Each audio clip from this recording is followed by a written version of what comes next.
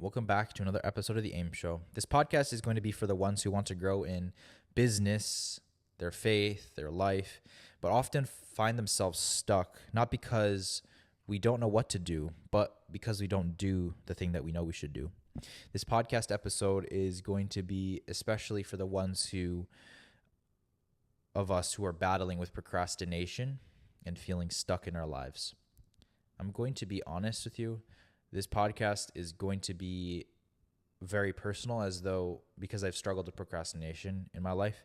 And I just want to share what has helped me get through procrastination and allowed me to identify what went wrong and how I overcame procrastination in my life. So without further ado, I kind of want to just start and dive into this. The first topic I want to talk about is procrastination is a form of self-betrayal. Now, when we think of procrastination, what I think of, or what first comes to mind, is telling myself I'll start tomorrow. Now, that sounds like, I don't know. A lot of people say it like, oh, I'll start tomorrow. And I think everyone has said that, right? But it becomes next week, next month, next year, next 10 years from now. And we haven't done the thing that we could have done 10 years ago. And I'm very guilty of this. And I think it comes down to 5 core ideas that I'll touch to in a minute.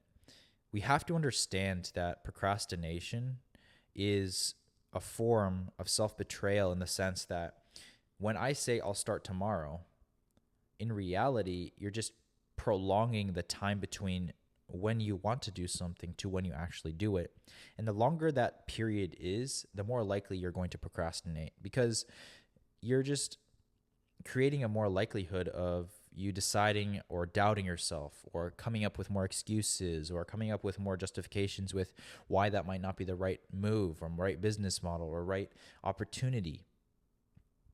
So I think the first core idea in understanding procrastination and how it's self-betrayal is procrastination is the gap between who you are and who you could be, right? Every time you delay the action, you delay becoming the person that you claim you want to be.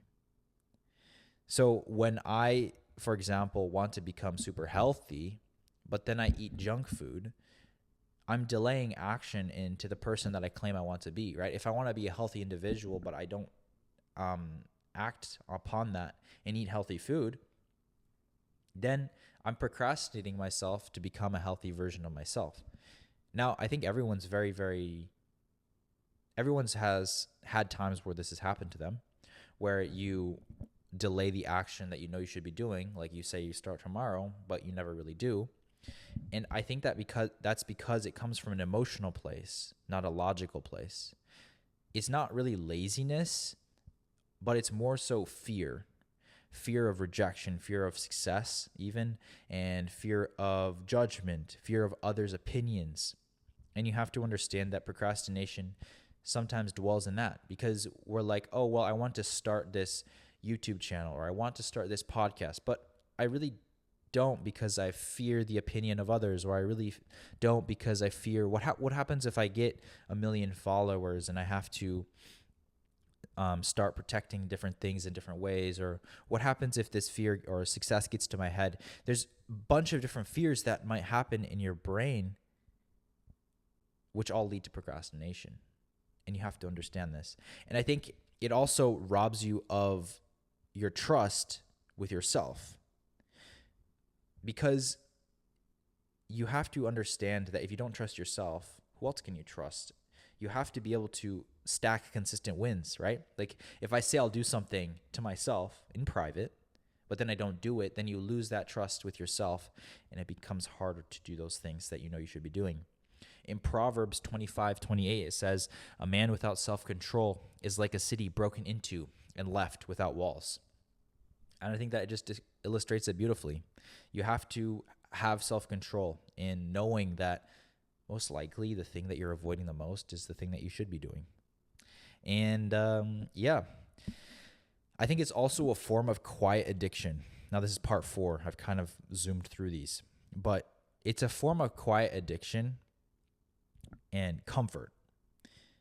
I think a lot of people believe, and especially if you look back to ancient philosophers and Stoics, They believed that procrastination was a symptom of having a weak will and a soul distracted by having comfort. Now, humans all tend to strive or come back to comfort. That's just natural, right? Like we don't want to put ourselves in danger. But we have to realize that you don't grow in comfort. So if you're always in a comfortable situation, it's hard for your body, your mind to grow. And you have to understand this. Sometimes you have to kind of throw yourself in the deep end and learn how to swim. And now you don't have to do this all the time, but you have to understand that if you're always in comfort, if you're always seeking comfort, it's very, very, very hard. And I would almost guarantee you that you would have the hardest time in growth. Because if you're in a comfortable situation, if you're constantly having comfort, then you're not challenging yourself with different opinions. You're not challenging yourself with different perspectives or different ways to achieve that success or achieve that goal that you have in mind. And then in turn, you can't achieve that goal that you want to achieve.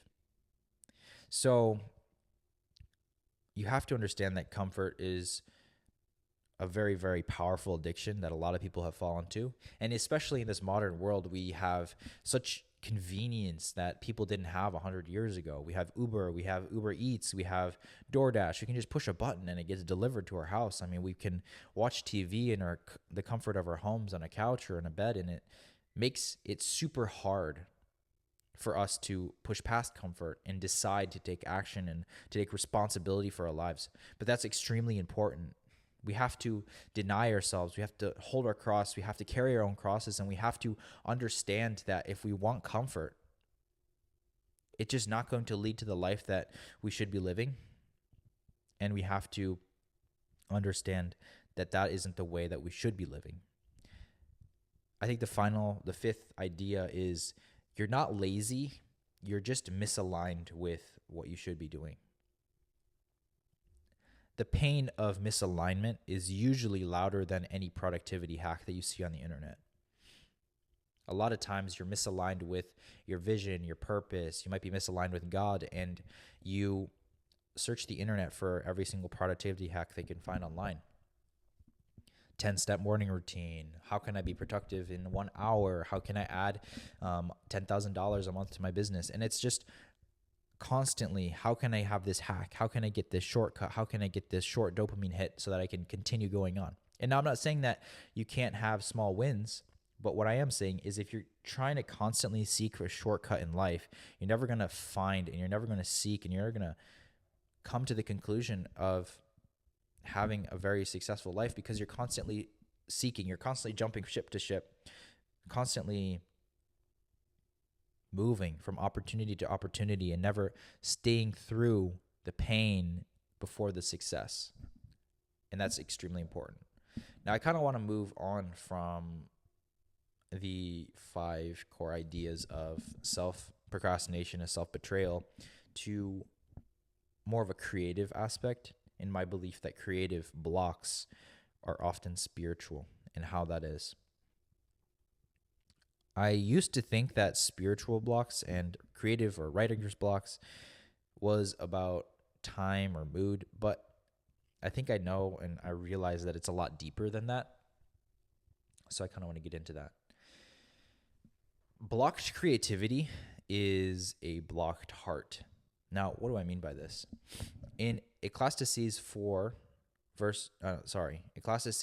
verses 4, it says, "Whoever watches the wind will not plant. Whoever looks at the clouds will not reap." So if you don't put in the work, you won't get the result. And I think the second point to that is when you're not connected with your why, you lose your fire, you lose your purpose, you lose your meaning. Because if you don't know why you're doing something, then why would you be super attached to doing the thing that you want to do? Right? I mean, that seems pretty simple. But oftentimes I think we all fall victim to that. Like sometimes I'm just doing it and I'm like, Alan, why am I doing this? And I can't answer myself. And I have to take a step back and understand, like, wait, why am I actually doing this? And sometimes it humbles you because maybe the thing that you've been working on for the past 6 months is something that maybe you're not called to do. But you have to realize that understanding your why is extremely important, and aligning yourself with that is extremely important. I think also unconfessed fears create such a big spiritual and physical weight, honestly, on your life. Because if you have constant fears that you're not confessing, it just becomes a physical burden that you can't control. Like, you can't do this alone, and you have to be able to understand that. Now, going to kind of more of like a more interesting, or not interesting, but positive. It's not positive, but I don't know. I'll just go into it right away. Creativity is stewardship, and God gave you a voice. He gave you a message. He gave you a dream. He gave you a vision. To not use it is to bury your talents. And I kind of paraphrase from Matthew 25 through 14 through 30. And it's like everyone's unique and everyone has their own talents and gifts. And to bury those talents and gifts and to try to conform into someone else is to deny your uniqueness and deny God's creation in you. So you have to kind of delve deep into who you are. What are your strengths? What are your weaknesses? What are you called upon doing? And what do you need to strive to become better in those areas?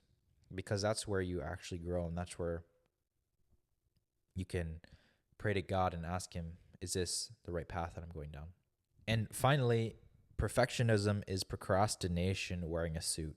Now, I think that this is probably one of the biggest things that I struggle with, and it's that perfectionism is impossible for humans. And you can never achieve a perfect thing. I spend so many hours trying to perfect a certain thing. In reality, the best thing to do is just starting. And I've wasted so many hours just, I should do this thing better. I should do that thing better. In reality, I should have just started. And it's just something that you have to understand. And something that you'll learn over time is perfection or perfectionism is not achievable.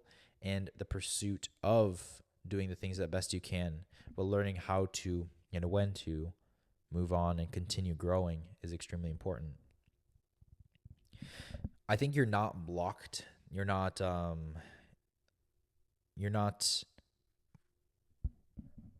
blockaded by perfection. You're scared of making things imperfect, so you don't take action, and then you become procrastination, or you fall into procrastination.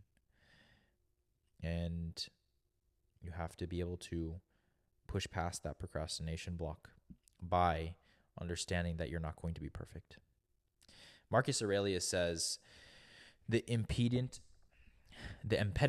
to action advances action. What stands in the way becomes the way. And I think that beautifully puts that in one quote. Now, the third topic, or the third area that I want to touch on, is the only way is you.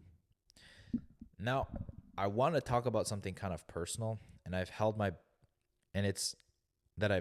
myself back more than anyone else has ever held myself back or held me back.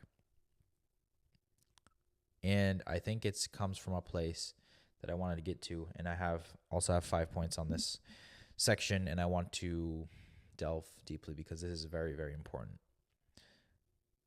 We have to stop waiting for validation from others. Now, I think this is extremely hard for a lot of people, and especially in our modern world where we constantly want more likes, constantly want more followers, or whatever it might be. We constantly want to be validated for what we do. But in 1 Galatians 1:10, it says, am I now seeking the approval of man or of God? Now, are you seeking the approval of other people? Like, am I seeking what that person's opinion of me is? Or am I seeking the approval of God? And that's an extremely important question, because I think we oftentimes fall into the trap of validation. And we oftentimes fall into the trap of wanting to feel and fit in to a conformed group of people. Now, the second realization or the second core idea is no one is coming to save you, but it sounds a bit harsh and it sounds a bit blunt, but it's also freeing. It's just you and God, and that's it. I've oftentimes realized that, like, yes, there's going to be people in your life that help you. There's going to be people in your life that are your business partners that you might want to build something with. But at the end of the day, no one's going to come to you and tell you, Alan, here's the step-by-step blueprint to making $1 million, or here's a step-by-step blueprint to impacting more lives through your podcast. There's no one who's going to come and tell me that. I have to go out and act upon it. And yeah, maybe with the action, I have the doors that open up to allow me to do those things. But no one's going to come into your room every single morning at 8 a.m. and say, Alan, let's do this today. Or Alan, let's do that today. And yes, okay, there's going to be times in your life where maybe your partner, your spouse, or maybe even a good friend motivates you, keeps you accountable. And that's amazing. But at the end of the day, it's just you and God. And you can't rely on another person to keep you accountable. It's just you at the end of the day. But that's also really freeing, because when you get to the other side, when you get to success, when you get to wherever you want to do, it was you. It was you and God. And it's freeing, and it's also terrifying at the same time. The third point is every excuse is a brick in your own prison. Now, everyone has their own excuses in life on, like, oh, I don't want to do this because of X. I don't want to do this because of that. Or I don't want to do this. I doubt this is going to work, whatever it might be. But every single time you make an excuse, the longer it takes to get to the place you want to get to. Everything sounds simple and easy when I explain it, but when I try to go and I go do my work or whatever, it's hard to stay consistent. It's hard to want to keep pushing and growing. There's times where you're exhausted. You don't want to do more. You want to relax, but you know you have to, because you haven't completed the task you need to complete, or you haven't done the email, or you haven't done the work. You haven't spent time with God. And it's important to take rest. I'm not saying this to not say that, but every excuse to delay, to extend the time period that it will take to get to the place you want to get to, it just going to make it so much harder for you. I think the fourth point that I want to make is most people in this world will not change, and you do not need them to change. Now, this may seem very harsh, but it's a brutal truth that a lot of people don't come to the realization until too late. It's too late. Many times we want to grow, or we realize we want to grow in this world in every aspect of our life. But then we look around and we ask, so who else is going to do this with me? And you realize that it's not that many people. And a lot of people don't want to change, because change is uncomfortable and it's outside of your comfort zone. And like we said before, comfort, and a lot of people fall into comfort, and everyone's default is comfort. So to actively pursue uncomfort or discomfort is unusual. It's not normal, but it's what's necessary to change. And you don't need everyone to change. Some people are there for just a season in your life, and some people are going to be there with you, with and through change. I don't know who I heard this from, but I think it was Simon. I forget his last name. I feel so bad. But it's the true determination of a friendship is if you're willing to change together. And I think this is the person who wrote it. And I think that's a beautiful way to put it. Like, if you commit together, you and your friend, or you and your partner, or you and your spouse, or whatever, I don't know what I'm supposed to say in that sense, but whoever you're trying to grow with, whoever the friendship you're trying to make better, if you commit that you're going to change together, that's the real definition of friendship. And I think that's a beautiful way to put it, honestly. I don't think that there's a better way to put it. I genuinely don't. And I think the final thing is discipline is a spiritual practice. In 2 Timothy 1, verse 7, it says, "For God gave us the Spirit, not to fear, but of power and love and self-control." Now, I think discipline is overlooked and motivation is glorified. But people know that discipline is necessary, but never take or consistently have the discipline to do what's necessary to get to the goals they want to get to. Because discipline is painful and motivation is fleeting. If I were to only do the things that I want to do when I want to do them, they're never ever going to grow, never going to get to the place I want to get to. And most of the time, you never really want to go to the gym. Most of the time, you never really want to put in the work, but you do anyways because you know that's what's necessary to get to the place you want to get to. Sometimes I don't want to film a podcast, but I film it anyways because I know that's what I need to do if I want to have and achieve the goals that I have. And it's just something that you have to understand. And it's a powerful truth because if you consistently do something and you have the discipline, you build up that discipline consistently, it actually feels really good when you actually accomplish something. I talk to people about this is kind of a weird way to integrate this, but I don't like eating food before I've accomplished something because I feel like I'm just eating without doing anything and I don't feel like I deserve the food. Because I know that there's people out there who don't get food, and I feel like it's a privilege to have food.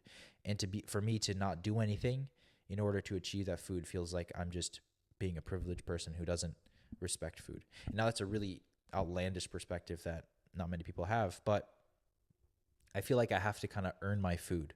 So I have to work, I have to do certain things in order to do it. And when I do get that meal or I do eat or whatever it might be, you feel like you've done something. You feel like you've earned it.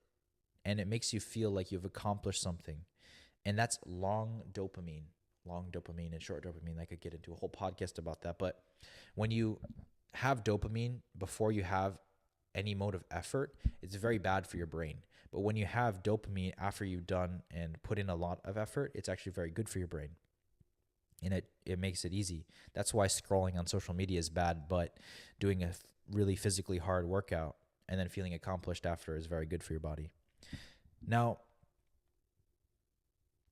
I put this tweet in, or I put this quote in another podcast, but I think it also kind of ties into this one, and it's the one by Alex Hormozy. When you're an entrepreneur, no one's going to ever tell you did a quote-unquote good job. It's expected. You own the business. Get used to it. Now, it's very, very true. And yeah, you just have to get used to putting in the work without the applause and without the validation of others, knowing that you will do something.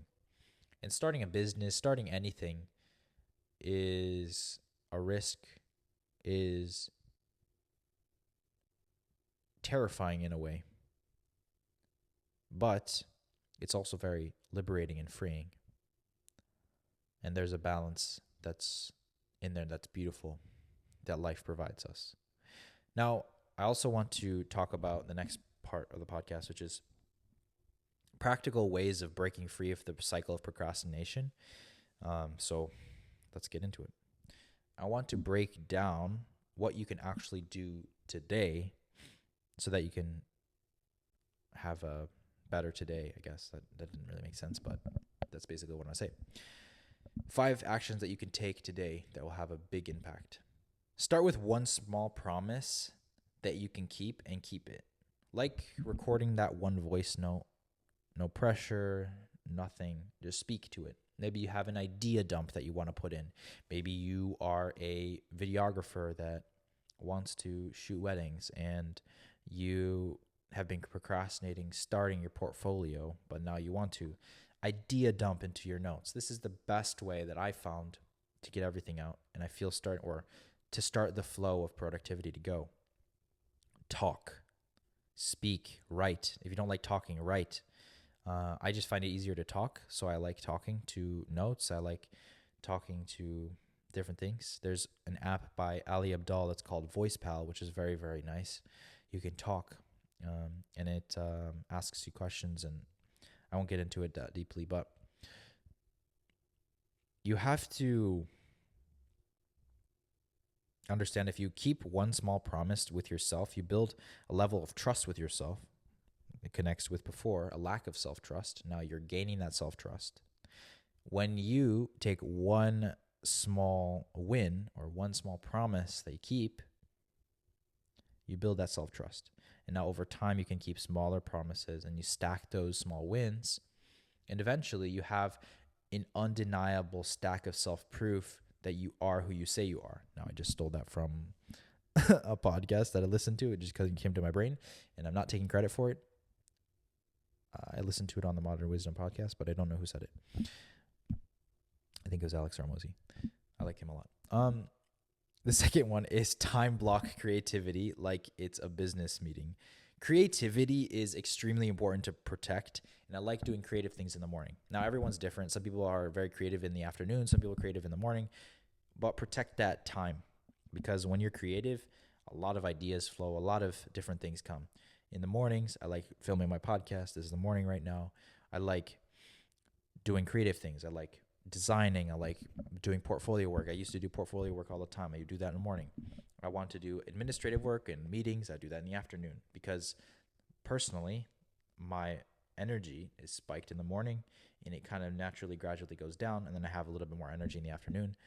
But I personally like doing creative things in the morning and administrative or numbers and all those different things in the afternoon.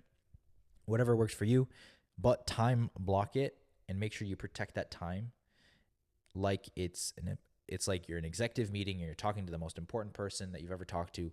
Protect it with all your life, because it's extremely important to stay creative and remain in that creative block as long as you can, and do as much creative work as you can, because it's extremely important to stay creative, to stay authentic, because that's what makes you who you are, and that's what makes you differentiated. In a world of AI, in the world of automation, you have to and understand that the differentiating factor is who you are and who you are authentically.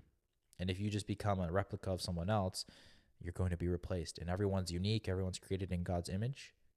And you have something to provide. So create and understand that if you just create, protect that time. It's very important. Now, the third is use the 5-minute rule. Start a timer for 5 minutes and just start doing that task. The magical thing is you complete the task, even if it takes longer than 5 minutes, because you build the momentum up to do it. It's kind of like a rule of thumb I have. If it takes less than 5 minutes, just do it now, because then you'll get so much more stuff done. Now, I'm not perfect. I've procrastinated a lot recently, and that's something that I need to work on, definitely.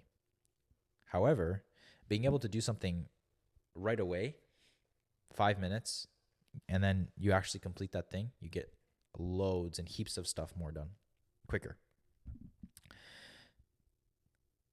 The fourth thing is speak truth out loud to combat lies. In Romans 12:2, it says, be transformed by the renewing of your mind. A lot of people put on a mask of who they are, and they switch who they are with the people who they're around with. And in reality, everyone does it. I do it, and everyone I meet does it. And I listened to a podcast with Robert Greene talking about how you put on a mask and a facade of who you actually are when you're around certain people. But I think it's extremely important to speak the truth and not tell lies to combat the falsehood and the lies in the world. And finally is find some silence, find some sacred time by yourself with God, because God isn't going to be speaking because you're too loud. So just sit still, just listen, just ask, be thankful for what you have in your life, and it's very, very impactful that way. Now, I think the next part I want to talk about is living a life you don't want to.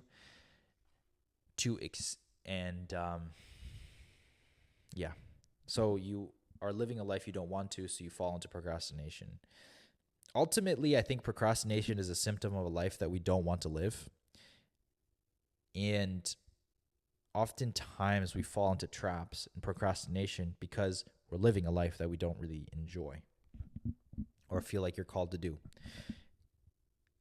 I think a question that you can ask yourself is, do you love your future enough to suffer for it? So, am I at this job? Do I really love this job? Do I feel really called to do this job? To go in every day, to whatever the job might be, work with people that I don't really like working with? Do you love it enough to do that suffering, to go through that trial, to go through that tribulation, that pain? If you don't really enjoy it, personally, I'd probably leave. Find something that you're called to do. Now, to say that there's never going to be discomfort in any job or any business that you do would be a lie and a falsehood. But to align yourself in doing things that are better aligned with what you want to do in the future is extremely important. Number 2 is, does your life honor the gifts that you've been given? So everyone has different talents. Everyone has different gifts in this world. And are you using those gifts and those talents that God gave you to make the world a better place or to live out your purpose in a better way? 3 is, when you die, will you regret your scroll time on TikTok? Now, I just added this because I spend a lot of time on social media sometimes, and it's just a reminder to myself. But do you think that the time you spend on social media scrolling will be something that you regret when you're older, or will you be happy that you did it? And I know the answer to myself is I'll regret that I did it, but I still do it. And why is that? Well, it's very addicting.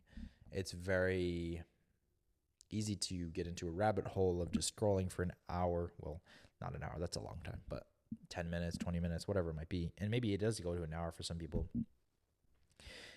But you just have to be more mindful about it. I've had so many workarounds and none of those really work. So you have to pray to God and ask Him for guidance under those circumstances. There's apps, there's tools that you can use to eliminate distractions and understand that time is very important, but your attention is even more important. What do you spend your time focusing on is extremely important. And being able to focus on the things that move the needle forward the most is very important. If you can just focus on one thing for an hour and do those things extremely well, you'll be ahead of so many people because everyone's so distracted with notifications, with outside noise, that they can't focus for even an hour on doing the thing that they know I can do. I'm very guilty of this. I've done a lot of shallow work in my life, and it's hard to do deep work. Turn off your phone, turn off all notifications, just deep work. But when I do it, I'm like, I should do this every single day. And there's this work technique that I learned from Alex Hormozi, which is set a timer for 10, 15 minutes. During that 10, 15 minutes, just work. And after that 10, 15-minute timer is up, write down what you did in that 10 to 15 minutes. It doesn't matter what you did. Just write it down. Set another timer, work again, write down what you did. Set another timer, write down what you did. You're so productive. You're ruthlessly productive, and you get so much done. And that hack has completely transformed my productivity. But I don't do it all the time, and I should do it all the time. But I don't because I'm procrastinating, and I do shallow work. I might be researching something at the same time I'm listening to a podcast, or I'm not perfect. And it's actually very, very bad sometimes. I might be listening to a podcast, writing a script for this podcast, and also messaging my friends to play pickleball at the same time. And it's like 5 or 6 different things at once, which ruins my productivity. When in reality, I should probably just be texting someone at that one time, listening to music at one time, or podcasting and scripting for the podcast. And that's probably why sometimes this podcast is very jumbled.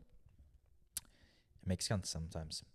But I think the fourth point, sometimes this podcast order does not make sense to me, and I wonder why I put it like this. But the fourth point I want to make is you're not just building a business, you're just becoming someone.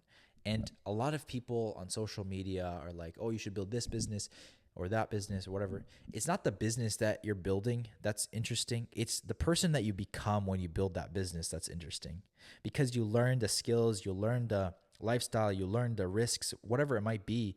You learn so much when you build a business. You learn so much when you put yourself out there and start a podcast, or you start your music, you start making music and you put yourself out there. It's a risk, but it's the person that you become in that process that's so interesting, that's so cool. And that's, I think, one of the most beautiful things in life. Now, five is self-improvement is discipline. Disciplineship is a form of discipline. I don't know. Colossians 3, verse 23, it says, whatever you do, do it with all your heart, as working for the Lord, not human masters. And I think that verse beautifully puts it. So if you're listening to this and you're like, yeah, I've been in this place of quote unquote stuckness, I want you to know that me too. I'm still sometimes in this place of stuckness, right? And you have to understand that you don't have to stay there. You don't. What if you do, and what if you just did that one thing that your future self would thank you for doing today? Maybe it's going outside and taking a walk, or maybe it's recording a podcast that you've been meaning to record, or maybe it's recording a YouTube video, or maybe it's creating a product that you can sell online. Whatever it might be, just know that if you make that one small decision, that one small choice today to completely change your life, 1 year from now, your future self will be very happy with you. Final thought is, we do not rise to the level of our goals, but we fall to the level of our systems. That's by James Clear, an amazing author who wrote the Atomic Habits book, that if you haven't read, I would extraordinarily recommend that book. The final verse that I want to leave you with is 1 Philippians 6, or Philippians 1, verse 6. He began a good work, and you will carry it on to completion. Thank you all for listening to another episode of The AIM Show. I've had an amazing time talking to you. This episode has felt a lot easier to film and a lot more natural. So I hope that this impacted you in some sort of way. If you haven't already, subscribe, like, share it with someone that you might seem would like this kind of a thing. And know that I'm rooting for you. And God bless you, and I'll see you next week.